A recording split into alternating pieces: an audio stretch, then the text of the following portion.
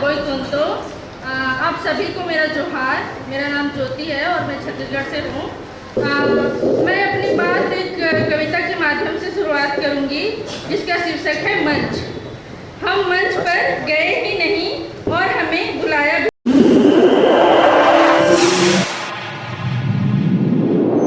इस news channel पर जो भी वक्ता ने कहा वो उसकी अपनी राय है जिसकी पुष्टि नेशन न्यूज इंडिया नहीं करता। धन्यवाद।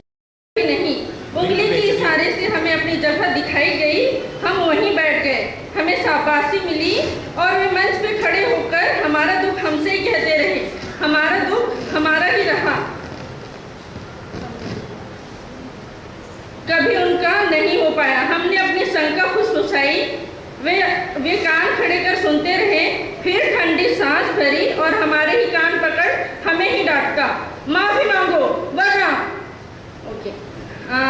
जब मुझे पता चला कि मेरे गांव से बस्तर से लोग आ रहे हैं, मैं वहाँ से हूँ, तो जब मुझे पता चला कि लोग वहाँ से आ रहे हैं तो मुझे लगा कि ये अच्छा मौका है कि मैं उन सभी से मिलूँ अभी। और मैंने तत्काल यहाँ आने का सोचा। इससे पहले जो यहाँ पैनल बैठा था वो मुझे पैनल का मैनर ज़्यादा लग रहा था क्योंकि एक भी लेडी वहाँ पे थी नहीं।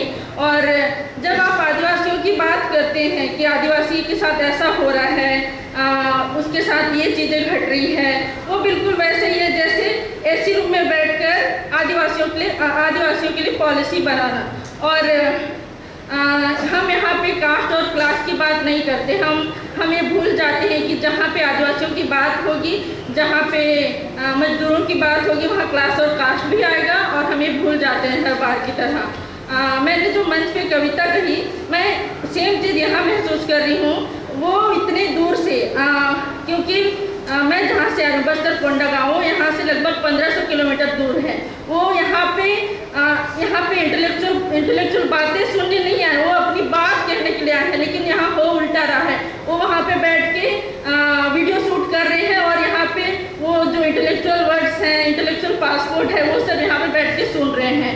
और मेरे बगल में जो एक लड़की बैठी है, मैं उससे बात करने की कोशिश कर रही थी, का नाम आए तो और कहाँ रथाओ काय करथाओ, तो वो बोल नहीं पा रही है क्योंकि वो स्कूल नहीं गई आज तक। जस्ट मेरे बगल में जो एक लड़की बैठी आप देख सकते हैं, वो आज तक स्कूल नहीं गई। यहाँ पे आप बड़ी बड़ी बातें बोलो कि हाँ आदिवासी एक समाज, कहाँ आदिवासी एक समाज, कहाँ दिख रहा है आपको आदिवासी एक समाज? यहाँ पे उनको सुना जाना चाहिए। वो उतने दूर से यहाँ भी बोलने के लिए आए हैं, वो वीडियो बनाने के लिए नहीं आए हैं। तो मेरा ये कहना है कि यहाँ जितने बड़े अक्षरों में आदिवासी शब्द लिखा गया है और अधिकार की बात कही गई है, बार बार आदिवासी शब्द बोला जा रहा है। कितने यहाँ आदिवासी हैं जो मंच पे आके अपनी बात रख रहे हैं, कितने आदिवासी हैं जो अपना लिव्ड एक्सपीरियंस शेयर कर रहे हैं। कौन बोल रहा है? हमें किसकी सुननी चाहिए? मुझे तो लगता है जो 1500 किलोमीटर दूर से जो यहाँ से आए हैं वो अपनी बात यहाँ पे आके कहें, ना कि वो आपके इंटेलेक्चुअल वर्ड्स को सुने, ना कि वो आपके बड़े बड़े शब्दों को सुने, बजाय कि आप उनको सुनो, उनको मंच में बिठाओ, उनसे बुलाओ कि वो क्या चाहते हैं। वो आपके बड़े बड़े शब्दों को क्यों सुने? क्यों जाने कि साम्राज्यवादी होता है, ये प्रोनाउन होता है, सेक्सुअल चीज़ें होती है या फिर अदर राइट से होते हैं। कितनी लड़कियां यहाँ पे आके बोल रही हैं। अभी जो बस्तर में लड़ाई हो रही है वो सिस्टमेटिक एंड इंस्टीट्यूशनल वायलेंस है, जिसे आप इंटेलेक्चुअल बैटल से ही लड़ सकते हैं। ये बात सच है, लेकिन आप उन्हें पढ़ने का कितना मौका देते हैं? लास्ट ईयर जब मैं पढ़ाई कर रही थी, मैंने जो दिल्ली के सो कॉल्ड प्रोग्रेसिव आदिवासी कम्युनिटी है, मैंने कितनी हेल्प मांगी थी कि मुझे फीस जमा करने के लिए पैसे नहीं मिल रहे हैं। उस वक्त किसी ने ध्यान नहीं दिया। मैं यहाँ पे जितने भी आदिवासी करके अपनी आइडेंटिटी लेकर यहाँ आए हैं और बोल रहे हैं कि वो आदिवासी हैं, लेकिन मैं पहली बार अपने लोगों से मिलकर मुझे वो बिलोंगिंगनेस उन लोगों से महसूस हुआ जो मेरे बगल में बैठे, जिनसे मैं कागज जोहार ये सब बोल पा रही हूँ। यहाँ पे मैं बस्तर में इतनी चीज़ें हो रही है, बस्तर में इतनी चीज़ें हो रही है। हाँ, मैं एक रेप सर्वाइवर हूँ, इसलिए मुझे वो चीज़ें ट्रिगर की थी और मैंने बोला कि वो ट्रिगरिंग है मेरे लिए। और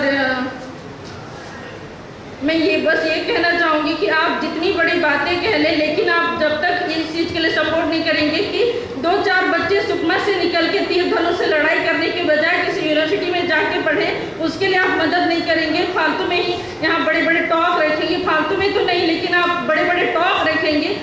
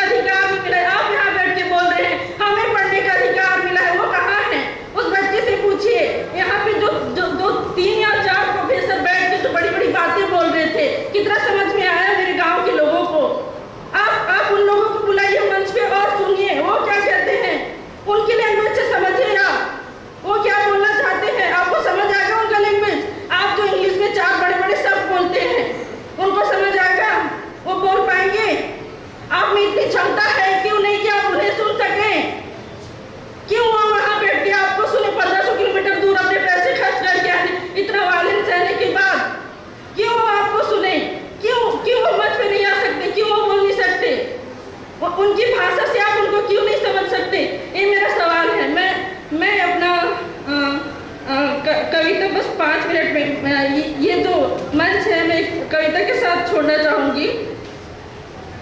हमें अपनी ही सरजमी पर अपने होने की जगह का ताल्लुकात का जरूरी दस्तावेज दिखाना पड़ता है। यदि आप तथाकथित उच्च वर्ग से हैं, पुलिस से लेकर दादा तक आपकी हर राह में मददगार साबित होंगे। मेरा जात, धर्म और बोली मुझे उनकी निगाह में कटघरे में खड़ा करता है। आपने देखा है जीवंत अजायब घर, बस स्टैंड की सैर पर आइए। कथित प्रगतिशील पत्रकार भी भूल जाते हैं कि जिसकी लड़ाई उसी की अगुवाई होनी चाहिए। जो दर्द सहा है वही अपनी जुबान में दर्द बयां करेगा। एक जात विशेष के लोग जाति से मिले विशेष अधिकार के कारण हर जगह उद्धारकर्ता के रोग से ग्रसित हैं। हम अपने दुखों को बोल नहीं सकते, बयां नहीं कर सकते। हमें वक्त लगता है दुख से भरी त्रासदी को हजम करने में, और जब तक हमारी त्रासदी खत्म हो जाए उससे पहले उनकी थीसिस 2-3 थीसिस सबमिट हो चुकी होती है। वो हमारे लिए मुखपत्र बनकर अपनी रोजी रोटी तलाशने आए हैं। एक दिन हम पर शोध किया, शायद एक बार में खबर आई कोई नक्सली मरा, किसी दिन अगले अंक में कहा गया आदिवासी मरा। आखिर हम किस रूप में मरते हैं वे यह तय करते हैं। हम किसी भी रूप में मरे, खबर लिखने वाले को घर चलाने के पैसे मिल जाते हैं। हमारे मौत से उसका घर जलता है। हमारा घर परिवार उजाड़ कर वह परिवार सहित शहर के बड़े होटल में अपनों को भोजन खिलाता है। शायद वह जानता है कि इन आदिवासियों की इतनी क्षमता नहीं कि क्रियाक्रम कराने की इसी बहाने वह भलाई स्वरूप हमारे मौत के पैसे से अनजाने में वह मृत्यु भोज करा रहा होता है। एक दिन बड़े मंचों और टीवी चैनलों के कार्यक्रम में हमारे मुखपत्र होने के नाम पर सम्मान और पुरस्कार पाएंगे। उनके बच्चे अच्छे स्कूलों में पढ़ने जाएंगे। कल फिर वही बच्चे अपने माँ या पिता के साथ हम पर शोध करने आएंगे। ये सिलसिला सालों साल चलता रहेगा।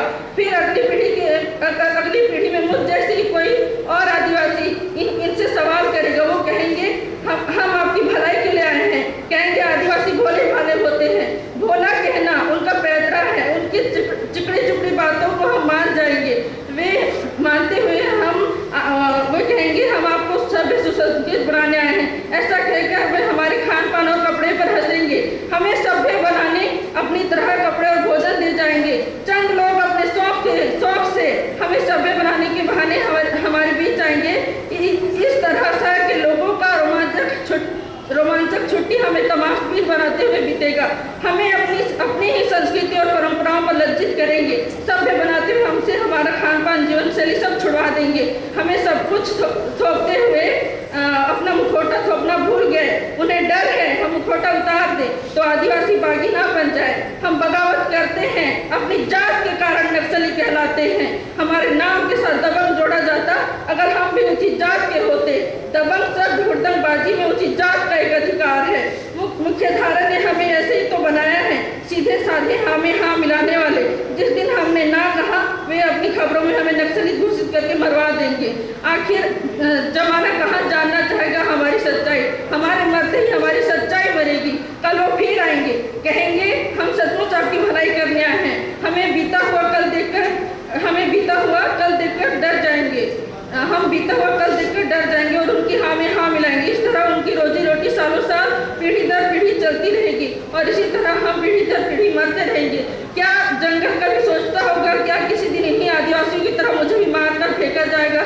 आखिर इंसानियत की बात करने वाले आदिवासियों की मौत पर कहाँ हल्ला बोल करेंगे? इनकी जात का आदमी नहीं मरा, एक आदिवासी मरा। हम कहाँ मानते हैं उन्हें इंसान? जंगल जानवर आदिवासियों की मौत इस धरती पर एक सामान्य क्रिया है। ऐसी घटनाएं किसी को अचंभित नहीं करती बल्कि तथाकथित विकास की राहें आसान करती है। तय है कि आधुनिक सभ्यता एक दिन इस जंगल को उजाड़कर कंक्रीट के जंगल बसाएगी। ठीक उसी तरह जिस तरह आदिवासियों को मारकर जीवन अजायब घर बनाया जा रहा है।